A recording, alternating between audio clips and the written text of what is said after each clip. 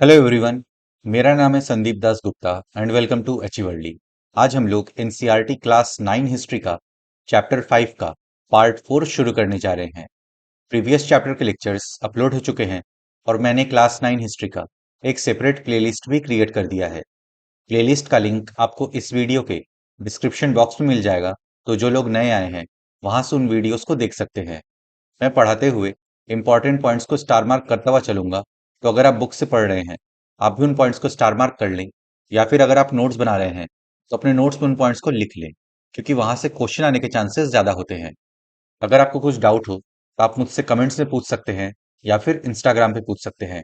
Instagram का link आपको इस वीडियो के डिस्क्रिप्शन बॉक्स में मिल जाएगा।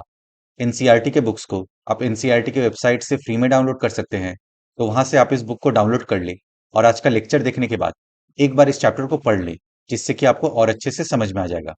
तो चलिए अब आज का लेक्चर शुरू करते हैं। Chapter 5, pastoralists in the modern world. आधुनिक विश्व में चरवाहे। हम लोगों ने पिछले लेक्चर्स में चैप्टर 5 के पार्ट 1 को, पार्ट 2 को और पार्ट 3 को कवर कर लिया है। इस वीडियो के डिस्क्रिप्शन बॉक्स में आपको चैप्टर 5 के पार्ट 1, पार्ट 2 और पार्ट 3 के लेक्चर का लिंक मिल जाएगा। अगर आपने वो लेक्चर्स नहीं देखे हैं तो पहले आप उन लेक्चर्स को देख लें, फिर आज के लेक्चर के साथ कंटिन्यू करें, जिससे कि आपको और अच्छे से समझ में आएगा। आज हम लोग चैप्टर 5 के पार्ट 4 को कवर करेंगे। इसमें हम लोग इन टॉपिक्स को एक एक करके डिटेल में समझेंगे। तो चलिए अब आज का लेक्चर शुरू करते हैं। Where have the grazing lands gone. चारागाहों का क्या हुआ। One of the problems the Maasais have faced is the continuous loss of their grazing lands. Masai लोगों को जो एक प्रॉब्लम फेस करनी पड़ रही थी वो थी कि उनके चारागाह सिमटते चले जा रहे थे। मसाइयों की सबसे बड़ी समस्या ये रही है कि उनके चारागाह दिनों दिन सिमटते जा रहे हैं।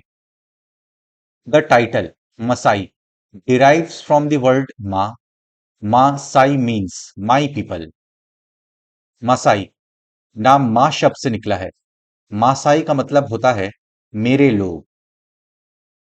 The Maasai are traditionally nomadic and pastoral people who depend on milk and meat for subsistence. Maasais nomadic और पैस्टोरल कम्युनिटी से बिलोंग करते हैं और वो अपनी आजीविका के लिए मिल्क और मीट पर डिपेंड करते हैं। परंपरागत रूप से मसाई घुमंतू और चरवाहा समुदाय के लोग होते हैं जो अपनी आजीविका के लिए दूध और मांस पर आश्रित रहते हैं। High temperatures combine with low rainfall to create conditions which are dry, dusty and extremely hot. वे हाई टेम्परेचर, लो रेनफॉल वाले रीजन में रहते हैं जहां पर बहुत गर्मी पड़ती है, और ये रीजन ड्राई और डस्टी भी है। ऊंचे तापमान और कम वर्षा के कारण यहाँ शुष्क, धूल पड़े और बेहद गर्म हालात रहते हैं। Drought conditions are common in this semi arid land of equatorial heat.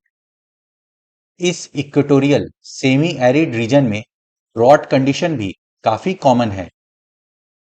इस अर्धशुष्क विषुववृत्तीय इलाके में सूखे के हालात सामान्य हैं। During such times pastoral animals die in large numbers. जब सूखा पड़ता है तब बहुत सारे पेस्टोरल एनिमल्स मर जाते हैं। ऐसे समय में बहुत सारे जानवर मर जाते हैं।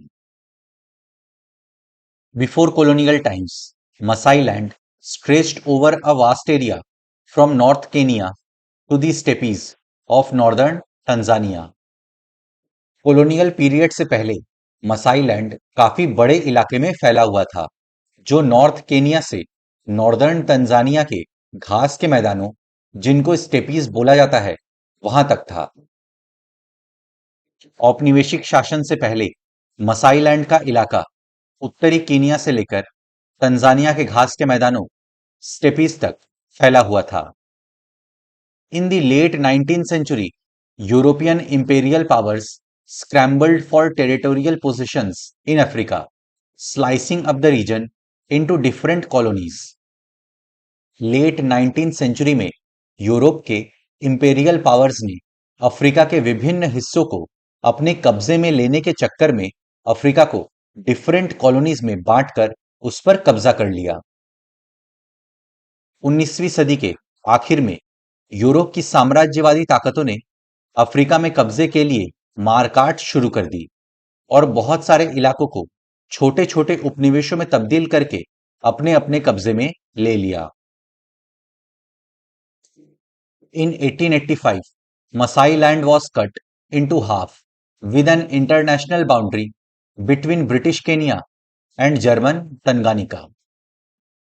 1885 में मसाई लैंड दो हिस्सों में बंट गया, जिसमें एक हिस्सा ब्रिटिश केनिया के पास था और दूसरा जर्मन तंगानिका के पास। तंगानिका के बारे में मैंने पिछले लेक्चर में आपको समझाया है, आप वो लेक्चर देख सकते हैं। 1885 में ब्रिटिश केनिया और जर्मन तंगानिका के बीच एक अंतरराष्ट्रीय सीमा खींचकर मसाईलैंड के दो बराबर टुकड़े कर दिए गए। Subsequently, the best grazing lands were gradually taken over for white settlement, and the Masai were pushed into a small area in South Kenya and North Tanzania. धीरे धीरे इन क्षेत्रों में जो बेस्ट ग्रेजिंग लैंड्स थे, यानी बेहतरीन चरगाहे थे, उसे गोरों ने अपने कब्जे में ले लिया ताकि वहां अपने सेटलमेंट्स बना सके और मसाई लोगों को साउथ केनिया और नॉर्थ तंजानिया के एक छोटे से हिस्से में ढकेल दिया। पिछले लेक्चर में हमने मैप में इस लोकेशन को देखा था। बाद के सालों में सरकार ने गोरों को बसाने के लिए बेहतरीन चारागाहों को अपने कब्जे में ले लिया। मसाइयों को दक्षिणी केनिया और उत्तरी तंजानिया के छोटे से इलाके में समेट दिया गया। The Masai lost about 60% of their pre-colonial lands. They were confined to an arid zone with uncertain rainfall and poor pastures. Pre-colonial period में मसाई लोगों के पास जितनी जमीन थी, उसका लगभग 60% हिस्सा इनसे छीन लिया गया था। उन्हें एक ऐसे इलाके में रहने के लिए छोड़ दिया गया जो एरिड जोन था, बारिश अनसर्टेन थी और चारागाह भी अच्छे नहीं थे। औपनिवेशिक शासन से पहले मसाइयों के पास जितनी जमीन थी, उसका लगभग 60% हिस्सा उनसे छीन लिया गया। उन्हें ऐसे सूखे इलाकों में कैद कर दिया गया जहां ना तो अच्छी बारिश होती थी और ना ही हरे भरे चारागाह थे। From the late 19th century, the British colonial government in East Africa also encouraged local peasant communities to expand cultivation. Late 19th century से ईस्ट अफ्रीका में ब्रिटिश कॉलोनियल गवर्नमेंट ने स्थानीय किसान समुदायों को अपनी खेती को फैलाने के लिए प्रोत्साहित किया। 19वीं सदी के अंतिम सालों से ब्रिटिश औपनिवेशिक सरकार पूर्वी अफ्रीका में भी स्थानीय किसानों को अपनी खेती के क्षेत्रफल को ज्यादा से ज्यादा फैलाने के लिए प्रोत्साहित करने लगी। As cultivation expanded, pasture lands were turned into cultivated fields. जैसे जैसे खेती का विस्तार हुआ, वैसे वैसे चारागाह खेतों में तब्दील होने लगे, जिससे चारागाह सिमटने लगेंगे और पशुओं के लिए चारे की कमी हो जाएगी। जैसे जैसे खेती का प्रसार हुआ, वैसे वैसे चारागाह खेतों में तब्दील होने लगे। इन pre-colonial times, the Masai pastoralists had dominated their agricultural neighbors both economically and politically. Pre-colonial period में मसाई चरवाहे अपने किसान पड़ोसियों को इकोनॉमिकली और पॉलिटिकली डोमिनेट करते थे। अंग्रेजों के आने से पहले मसाई आर्थिक और राजनीतिक दोनों स्तर पर अपने किसान पड़ोसियों पर भारी पड़ते थे। By the end of colonial rule, the situation had reversed. colonial rule के एंड होते होते ये सिचुएशन एकदम पलट चुका था। औपनिवेशिक शासन के अंत तक आते आते ये समीकरण बिल्कुल उलट चुका था। Large areas of grazing land were also turned into game reserves, like the Masai Mara and Samburu National Park in Kenya and Serengeti Park in Tanzania. चारागाहों के बड़े-बड़े एरियाज को गेम रिजर्व्स में यानी शिकारगाहों में बदला जाने लगा। मसाई मारा, सांबुरू नेशनल पार्क केनिया में, सेरेंगेटी पार्क तंजानिया में इसके कुछ एग्जाम्पल हैं। बहुत सारे चारागाहों को शिकारगाह बना दिया गया। केनिया में मसाई मारा व सांबुरू नेशनल पार्क और तंजानिया में सेरेंगेटी पार्क जैसे शिकारगाह इसी तरह अस्तित्व में आए थे। Pastoralists were not allowed to enter these reserves. They could neither hunt animals nor graze their herds in these areas. In reserves में चरवाहों को एंट्री अलाउड नहीं था। इन क्षेत्रों में चरवाहे ना तो अपने जानवरों को चरा सकते थे और ना ही वे शिकार कर सकते थे। इन आरक्षित जंगलों में चरवाहों का आना मना था। इन इलाकों में ना तो वे शिकार कर सकते थे और ना ही अपने जानवरों को चरा सकते थे। Very often these reserves were in areas that had traditionally been regular grazing grounds for Masai herds. ज्यादातर जो रिजर्व्स थे वे परंपरागत मसाई ग्रेजिंग ग्राउंड्स थे, जहां पर मसाई लोग अपने जानवरों को चराया करते थे, लेकिन उनसे ये अधिकार छीन लिया गया था। ऐसे बहुत सारे आरक्षित जंगलों में अब तक मसाई अपने ढोर डंगर चराया करते थे। The Serengeti National Park, for instance, was created over 14,760 km of Masai grazing land. For example, Serengeti national park का 14,760 किलोमीटर से भी ज्यादा एरिया मसाई लोगों के चारागाहों पर कब्जा करके बनाया गया था।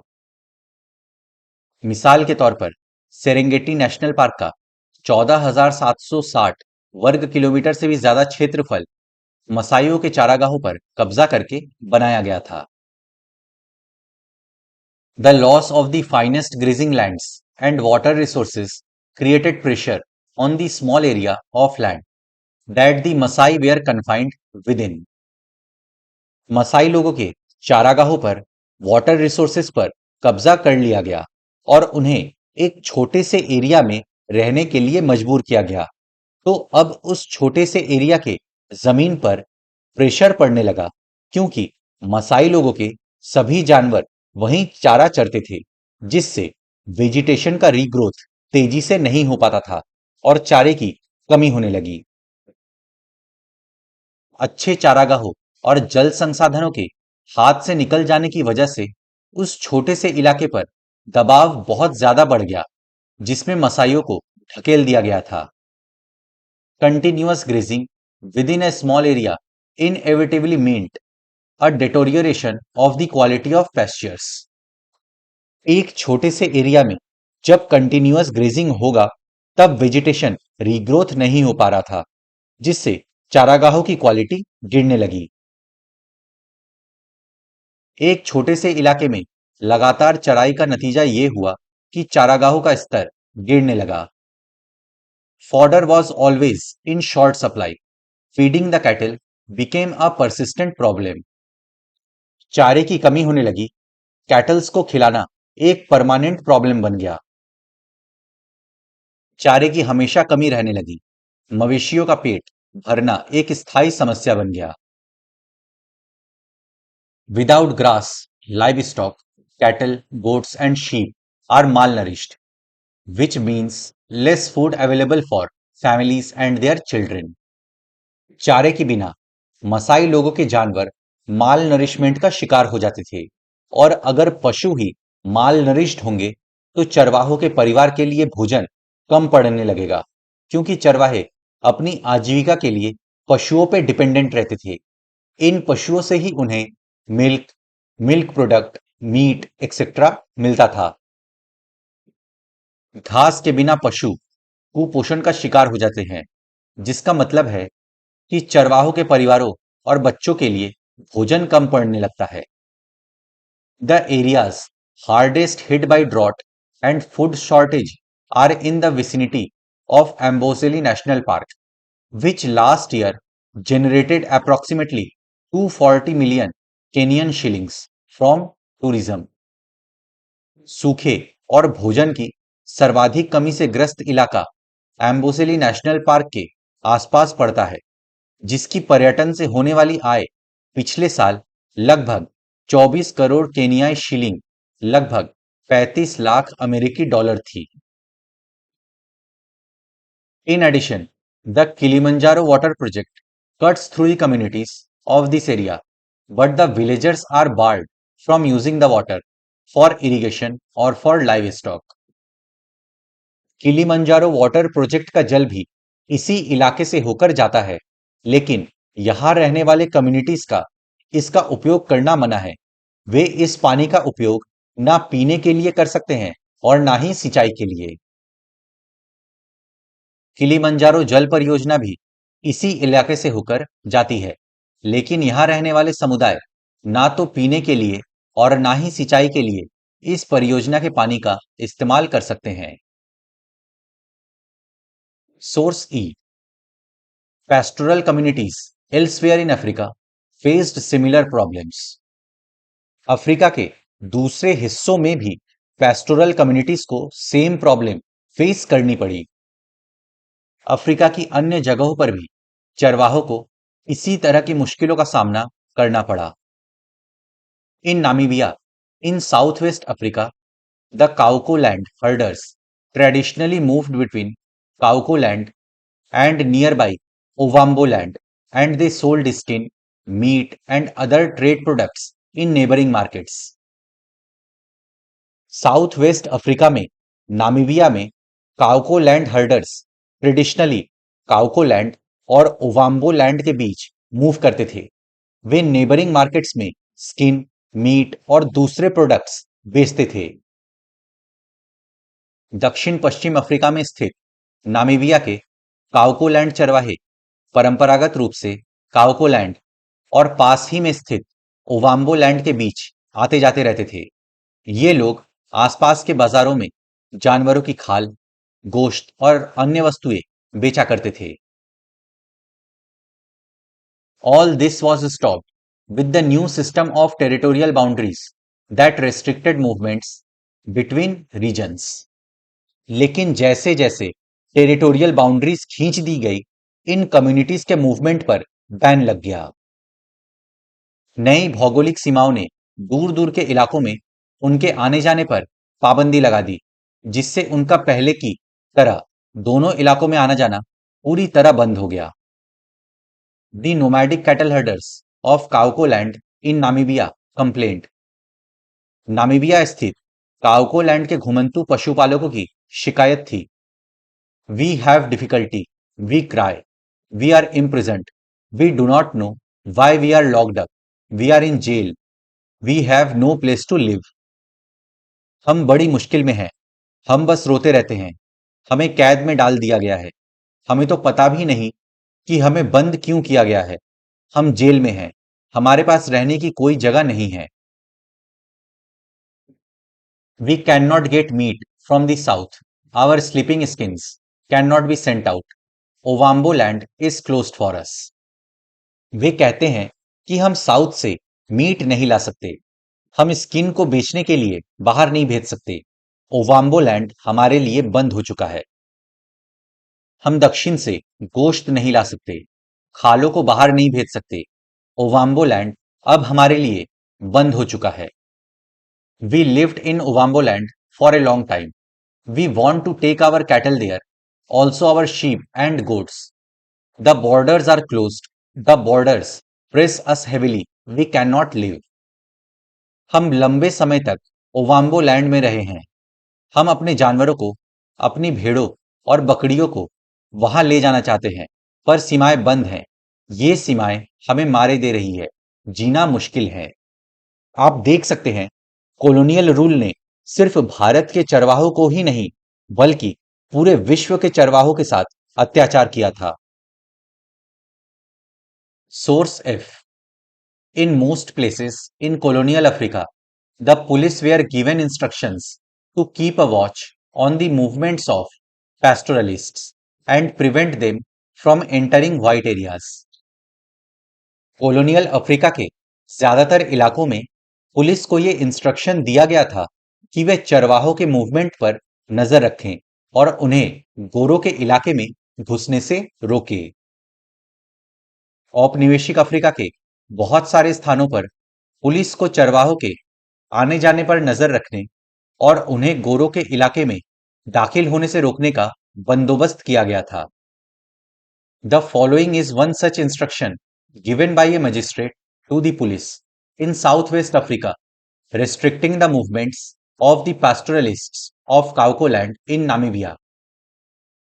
साउथ वेस्ट अफ्रीका में चरवाहों को काउकोलैंड से नामीबिया में घुसने से रोकने के लिए मजिस्ट्रेट द्वारा एक ऐसा ही इंस्ट्रक्शन पुलिस को दिया गया था।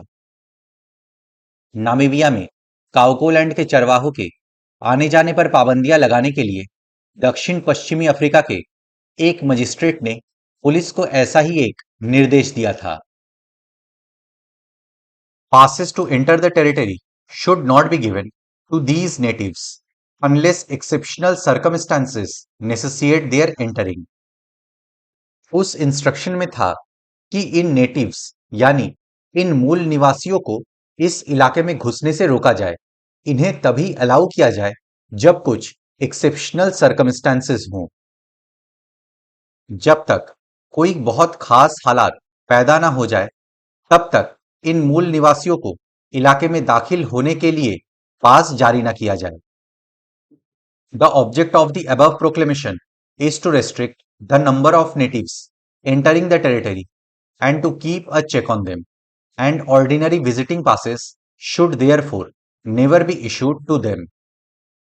इस इंस्ट्रक्शन का मकसद ये था कि इन नेटिव्स को इन इलाकों में घुसने से रोका जाए, उन पर काबू रखा जाए और नॉर्मल विजिटिंग पास इशू ना किया जाए। इस आदेश का मकसद इलाके में दाखिल होने वाले निवासियों की संख्या पर अंकुश लगाना और उन्हें काबू में रखना है। इसलिए उन्हें सामान्य यात्री पास किसी भी हालात में जारी न किए जाए। अब हम लोग का नेक्स्ट टॉपिक है द बॉर्डर्स आर क्लोज्ड। सरहदें बंद हो गई। In the 19th century, African pastoralists could move over vast areas in search of pastures. 19th century में अफ्रीकन पैस्टोरलिस्ट चारागाहों की तलाश में बहुत दूर दूर तक जाते थे। 19वीं सदी में चरवाहे चारागाहों की खोज में बहुत दूर दूर तक चले जाते थे। When the pastures were exhausted in one place, they moved to a different area to graze their cattle. जब एक एरिया में चारागाह सूख जाते थे तो चरवाहे अपने कैटल के साथ किसी दूसरे एरिया के चारागाह की तरफ मूव करते थे। जब एक जगह के चारागाह सूख जाते थे तो वे अपने रेवड़ लेकर किसी और जगह चले जाते थे। From the late 19th century, the colonial government began imposing various restrictions on their mobility. Late 19th century में कॉलोनियल गवर्नमेंट ने इन चरवाहों के मूवमेंट पर तरह तरह के रेस्ट्रिक्शंस लगाए। लेकिन 19वीं सदी के आखिरी दशकों से औपनिवेशिक सरकार उनकी आवाजाही पर तरह तरह की पाबंदियां लगाने लगी। Like the Maasai, other pastoral groups were also forced to live within the confines of special reserves. Maasai लोगों की तरह ही दूसरे पैस्टोरल कम्युनिटी के लोगों को भी एक छोटे से इलाके में ढकेल दिया गया। मसाइयों की तरह अन्य चरवाहों को भी विशेष आरक्षित इलाकों की सीमाओं में कैद कर दिया गया।